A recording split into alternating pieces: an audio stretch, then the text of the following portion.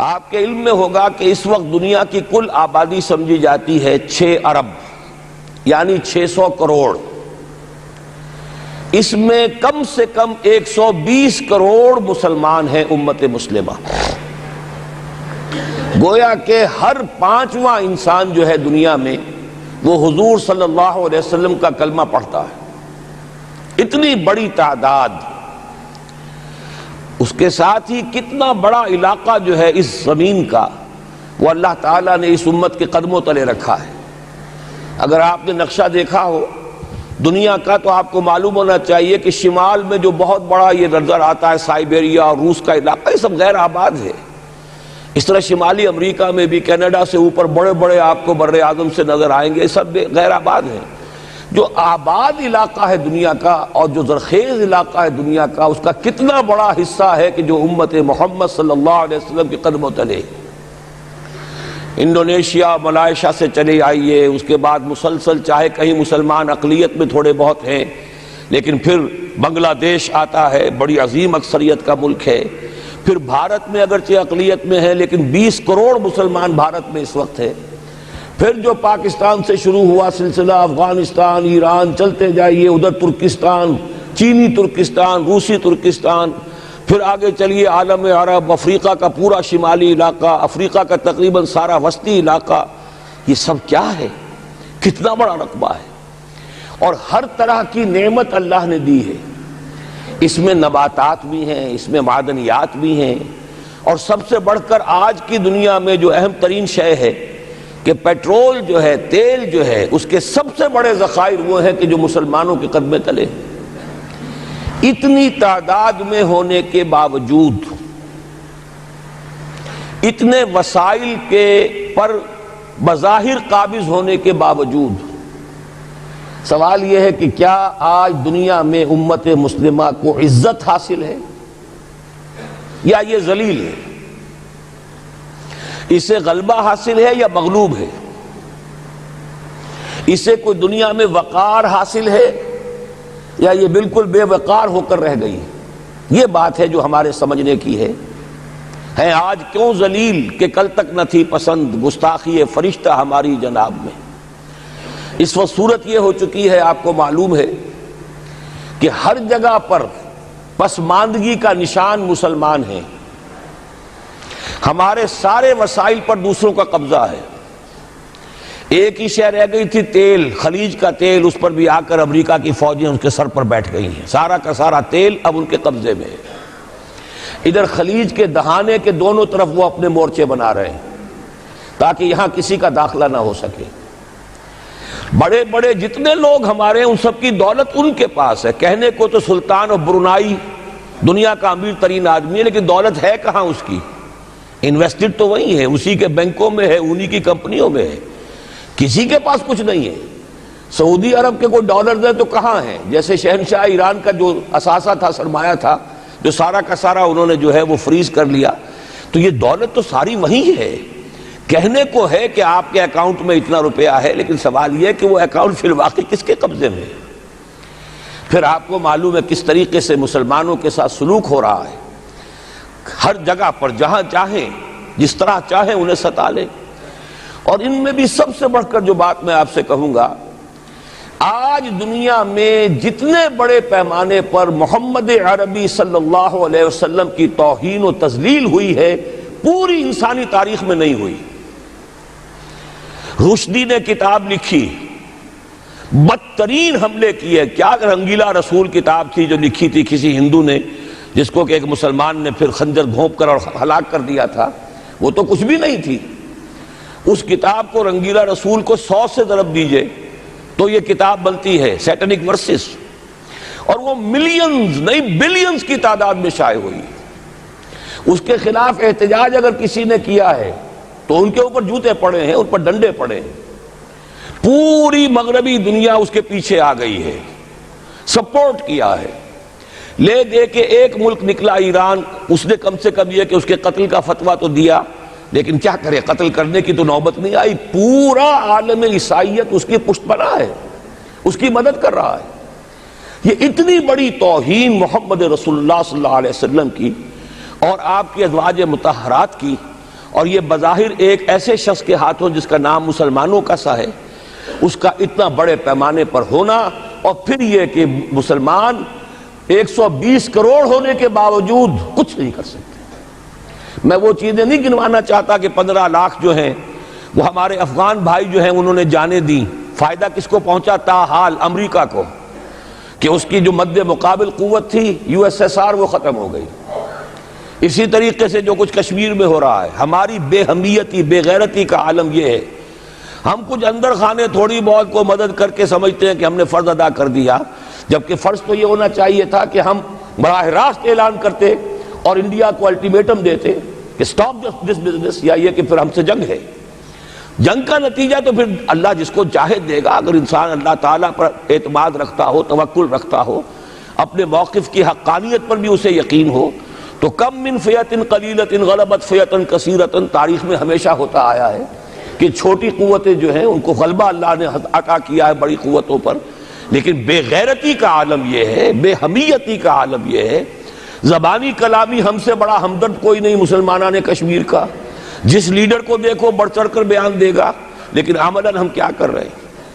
یہ ساری صورتحال جو میں نے آپ کو بتائی ہے، ویسے تو اب یہ کہ اگر اس میں ایک خاکہ سا میں نے آپ کے سامنے رکھا ہے، اس میں رنگ بھروں تو ظاہر ہے کہ یہ پورا گھنٹہ اسی میں لگ جائے گا، لیکن جو اس کا اصل لب لباب ہے وہ یہ ہے کہ ہم اپنی جگہ بڑے خوش ہیں کہ ہم امت مرحوم ہیں، ہم تو امت محمد ہیں صلی اللہ علیہ وسلم، ہم تو اللہ کے پیارے ہیں، ہم اللہ کے لاڈلے ہیں، ہمیں اللہ کی شفاعت، ہمیں اللہ کے رسول کی شفاعت بھی ملے گی، جنت تو گویا کہ ہمارا پیدائشی مقام ہے۔ یہ سارے جو بھی ہمارے ذہنوں کے اندر ہیں خیالات، اور یہ جو ہمارے من گھڑت عقائد ہیں، آپ سوچئے کہ جب ہم جو آبجیکٹیو کنڈیشنز ہیں، گیون کنڈیشنز ہیں، جو سامنے کے حالات ہیں، ان سے جب تقابل کرتے تو معاملہ بہت مختلف ہے۔ یہ کیوں ہے؟ اصل میں سوال جب تک آپ اپنے سامنے نہیں رکھیں گے، اس کا جواب جو ہے اب اس پر غور کیجئے، کیوں ہے؟ کیا اللہ تعالیٰ کو محمد الرسول اللہ کی عزت و حرمت پیاری نہیں ہے؟ کیا محمد الرسول اللہ اللہ کے پیارے نہیں ہیں؟ حبیب رب العالمین نہیں ہے؟ کیا اللہ تعالیٰ کو کفار سے زیادہ محبت ہے؟ کیا وجہ ہے؟ رحمتیں ہیں تیری اغیار کے کاشانوں پر، اور برف گرتی ہے تو بیچارے مسلمانوں پر۔ سائنس میں وہ آگے ہیں، مالیات پر ان کا شکنجہ کسا ہوا ہے پوری دنیا پر، تہذیب ان کی ہے، تمدن ان کا ہے، ہم تو ان کے کیمپ فالوورز ہیں، نقش قدم پر چل رہے ہیں، ہم تو ان کی صرف یہ کہ نقالی کر رہے ہیں۔ تو سوچئے وجہ کیا ہے؟ کیا اللہ کو کفر زیادہ پسند ہے اسلام سے؟ کیا اللہ کو محمد الرسول اللہ صلی اللہ علیہ وسلم کی عزت و حرمت کا کوئی خیال نہیں؟ سوچنے کی بات ہے۔ ظاہر بات ہے کہ ان سوالات کا جواب تو ہاں میں آپ نہیں دے سکتے، یقیناً ایسا نہیں ہے۔ بہرحال وہ کافر ہیں، وہ اللہ کو نہیں مانتے، اللہ کے رسول کو نہیں مانتے، چلیے اللہ کو کسی نام سے مان لیا، گاڈ کہہ دیا، لیکن اللہ کے رسول کو تو نہیں مانتے۔ ایمان کا سارا دار و مدار تو رسالت پر ہے، اللہ کے اس کلام کو تو نہیں مانتے، اور اس کے باوجود ان کے لیے عزت ہے، رحمتیں ہیں تیری اغیار کے کاشانوں پر، برف گرتی ہے تو بیچارے مسلمانوں پر۔ یہ ایک لمحہ فکریہ ہے، یہ سوچنے کی بات ہے کہ ایسا کیوں ہے۔ اس کا جو جواب میں آپ کو دوں گا وہ ذرا سا کڑوا جواب ہے، نوارا تلخ ترمیزن چو ذوق نغمہ کمیابی۔ بات کہنی پڑتی ہے، جب تک کہ کڑوی بات کہی نہ جائے، حقائق کو دیکھنے کی جرت پیدا نہ کی جائے، مواجہہ نہ کیا جائے، فیکٹس کو فیس نہ کیا جائے، اس وقت تک بات صحیح نہیں ہوگی، اور نہ ہم صحیح تشخیص کر سکیں گے، نہ صحیح تجویز کی طرف ہمارا ذہن منتقل ہوگا۔ میں بہت سخت بات کہہ رہا ہوں، آج آسمان کے نیچے اس زمین پر عذاب الہی میں گرفتار امت مسلمہ ہے۔ بالفعل آج ہم امت مرحومہ نہیں ہیں، رحمت والی امت نہیں ہے، امت معذبہ ہیں، آج ہم پر اللہ کا عذاب ہے۔ وہ کیوں ہے؟ دیکھیے اللہ کا قانون یہ ہے، اور یہ اللہ کی سنت ہے، میں نے اپنی ایک کتاب میں اس پر مفصل بہت مضمون لکھا ہے، قرآن کا قانون عذاب۔ ایک عذاب تو آیا کرتا تھا ان قوموں پر جن کی طرف اللہ رسول بھیجتا تھا، اِنَّا أَرْسَلْنَا نُوحًا إِلَىٰ قَوْمِهِ، اگر رسول کی بات مان لی تو قوم کے لیے بہت خوشحالی ہے، مبارکباد ہے، اللہ کی رحمتوں کے سائے ہیں، اور نہیں مانی تو بربادی ہے، تباہی ہے، خاتمہ ہے۔ پوری قوم نوح غرق کر دی گئی، پوری قوم عاد ختم کر دی گئی، حضرت ہود کو نہیں مانا۔ پوری قوم سمود ختم کر دی گئی، حضرت صالح کو نہیں مانا۔ عمورہ اور صدوم کی بستیاں ختم کر دی گئی، حضرت لوط کو نہیں مانا۔ آل فرعون غرق کر دیے گئے، حضرت موسیٰ کو نہیں مانا۔ مدین کے علاقے کو تباہ کر دیا گیا، حضرت شعیب کو نہیں مانا۔ یہ بات سمجھ میں آ گئی؟ لیکن جب سے نبوت اور رسالت کا سلسلہ ختم ہوا، اس قسم کا عذاب اب دنیا میں نہیں آ سکتا۔ وَمَا كُنَّا مُعَذِّبِينَ حَتَّى نَبْعَثَ رَسُولًا، ایسا عذاب ہم نہیں بھیجتے رہے جب تک کہ رسول کو نہ بھیج دیں۔ رسول آ گیا، اس نے حق کو بیان کر دیا، بات کو کھول کھول کر مبرہن کر دیا، ہر چیز واضح کر دی، کوئی مغالطے کا امکان نہ رہا۔ جاء الحق وزهق الباطل، ہر شے جو ہے دودھ کا دودھ، پانی کا پانی جدا ہو گیا۔ اب بھی جس نے نہیں مانا تو معلوم ہوا اس میں کوئی خیر نہیں ہے، اب خیر کا فقدان ہے۔ تو اس قوم کو جیسے کہ آپ باغ کے اندر جھاڑو دے کر جب کوئی آندھی چلے تو پتے گرے ہوئے ہوتے ہیں، ان پتوں کو ایک جگہ جمع کر کے دیاسلائی دکھا دیتے ہیں تاکہ یہ پتے جو ہیں یہاں پر بدزیبی کا ذریعہ نہ بنے، تو پوری قوم ہلاک، کأن لم یغنوا فیہا، ایسے ہو گئے جیسے تھے ہی نہیں۔ یہ عذاب اب نہیں آئے گا، اس لیے کہ آخری نبی، آخری رسول محمد الرسول اللہ صلی اللہ علیہ وسلم۔ اب آج جو عذاب آتا ہے، دیکھیے کافروں کے لیے عذاب اصل میں آخرت میں ہے۔ دار العذاب، دار الجزا، وہ تو آخرت ہے، یہ تو دار الامتحان ہے۔ اب جو عذاب آتا ہے وہ اس قوم پر جو ہو تو حامل کتاب الہی، شریعت خداوندی کی کسٹوڈین، اللہ کے رسول کی نام لیوا، اس کے ساتھ عشق کا دعویٰ کرنے والی، عمل اس کے برعکس ہو۔ حالانکہ اللہ نے اگر اسے وہ مقام دیا، اللہ نے اس کی طرف رسول بھیجا اور اسے رسول کے امتی بننے کا شرف عطا کیا، اسے اپنا کلام دیا، کتاب دی، اسے اپنی شریعت دی، تو کس لیے دی؟ تاکہ اس پر خود بھی عمل کریں، اسے دوسروں تک بھی پہنچائیں۔ وہ گویا کہ اس روئے ارضی پر وہ امت، وہ قوم اللہ کی نمائندہ قوم ہوتی ہے، ریپرزنٹیٹو ہوتی ہے۔ اے انسانوں، ہمارے پاس ہے تمہارے خالق اور مالک اور پروردگار کا قانون، ہمارے پاس ہے اس کی ہدایت، ہمارے پاس ہے اس کی کتاب، ہمارے پاس ہے اس کے رسول کا اسوہ۔ آؤ ہماری طرف، ہمیں جانچو، ہمیں پرکھو، ہمیں دیکھو، ہم واقعتاً اسی کتاب کے مطابق چل رہے ہیں نا؟ دیکھ لو ہم جو کہتے ہیں وہی کرتے ہیں نا؟ وہی بات تو نہیں ہے کہ لما تقولون ما لا تفعلون، کبر مقتا عند اللہ ان تقولوا ما لا تفعلون۔ آؤ دیکھو ہم نے اس کتاب کے مطابق، اللہ کی ہدایت کے مطابق کیسا اچھا معاشرہ بنایا ہے، کیسا انصاف ہے، کیسا امن ہے، کیسا بھائی چارہ ہے، کیسی اخوت ہے۔ آؤ دیکھو ہمارے ہاں تقسیم دولت کا نظام کتنا صحیح ہے۔ ایسا نہیں ہے کہ کوئی جو ہے اسے دولت کی بدہضمی ہو رہی ہو اور کوئی وہ ہے کہ جو بھوکا مر رہا ہو، ایسا نہیں ہے۔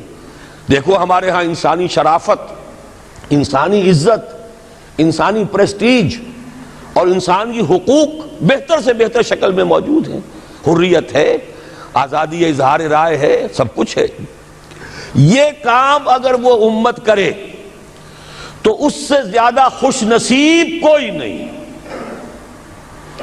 پھر دنیا میں اس کو غلبہ ہوگا، دنیا کی خلافت اس کو دی جائے گی، دنیا کی امامت اس کو دی جائے گی، دنیا کی قیادت اس کو دی جائے گی۔ جیسے کبھی اقبال نے کہا تھا کہ سبق پھر پڑھ شجاعت کا، عدالت کا، صداقت کا، لیا جائے گا تجھ سے کام دنیا کی امامت کا۔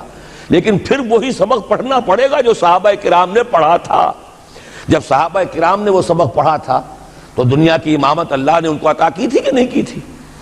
اگر تو اس کے مطابق عمل ہے تو ان سے زیادہ اللہ کو محبوب کوئی نہیں، اور اگر طرز عمل برعکس ہو جائے، کہیں کچھ اور کریں کچھ اور، کہیں یہ کہ قرآن پر ہمارا ایمان ہے اور اس کے قانون کو نافذ نہ کریں،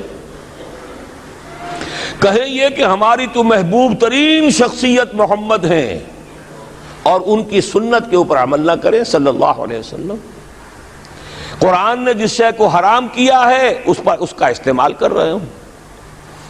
اگر طرز عمل یہ ہو اور یہ طرز عمل اس حد کو پہنچ جائے کہ دنیا تانے دے یہ مسلمان کہاں اسلام دنیا میں ہمیں دکھاؤ, کہاں اسلام؟ یہ مسلمان کیا اسلام پر کاربند ہے؟ جارج برنارڈ شاہ نے کہا تھا کہ میں جب قرآن پڑھتا ہوں تو محسوس کرتا ہوں اس سے بہتر کتاب کوئی ممکن نہیں, لیکن جب مسلمانوں کو دیکھتا ہوں تو محسوس کرتا ہوں ان سے زیادہ ذلیل قوم دنیا میں کوئی نہیں. یہ کنٹراسٹ ہے جو ہم اپنے وجود سے پیش کر رہے ہیں. کیا اس کی وجہ سے لوگ اسلام کی طرف راغب ہوں گے یا اسلام سے متنفر ہوں گے؟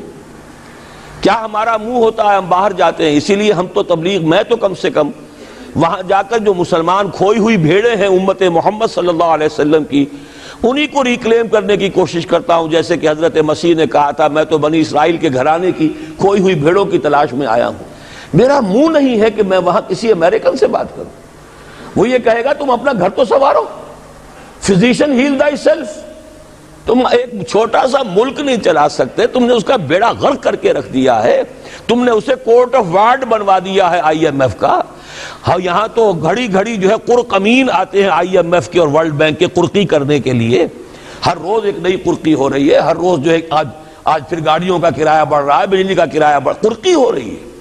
عوام کے اندر جو بھی راہ رہ گیا اسے بھی چوسنے کا اور کشید کرنے کے لیے. ایک حکومت کو گرا دو وہ تو بدنام کر دی گئی, دوسری حکومت لے آؤ اس کے ہاتھوں کچھ کام کروا لو, وہ بدنام ہو جائیں گے تو ان کو بھی ہٹا دینا. ان کا کیا کھیل ہے؟ یہ کھیل کھیلتے رہیں گے اور اس میں یہ ہے کہ اپنی قرقیاں کرتے چلے جاؤ.